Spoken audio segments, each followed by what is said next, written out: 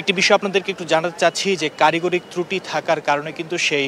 air অ্যাম্বুলেন্সে করে আসলে কখন সেই যাত্রাটি হতে পারে সেটি কিন্তু এখনো আসলে নিশ্চিতভাবে বলা যাচ্ছে না এবং কারিগরিক ত্রুটি থাকার কারণে আসলে এয়ার অ্যাম্বুলেন্সটি কিন্তু এখনো প্রক্রিয়াধীন রয়েছে এবং সেটি কাতার থেকে এই বাংলাদেশে আসতে কিন্তু প্রায় ৬ ঘন্টার মতো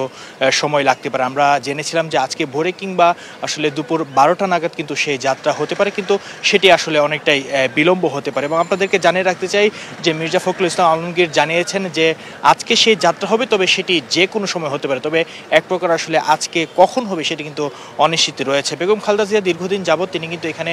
চিকিৎসাধীন রয়েছেন এবং আমরা জানি যে ইতিমধ্যেই তার পুত্রবধূ ডাক্তার জুবাইদা রহমান তিনি কিন্তু ইতিমধ্যেই আমরা জানি যে আর কিছুক্ষণ সময়ের মধ্যে তিনি হযরত শাহজালাল আন্তর্জাতিক বিমানবন্দরে এসে পৌঁছাবেন এবং তিনি সেখান থেকে সরাসরি আসলে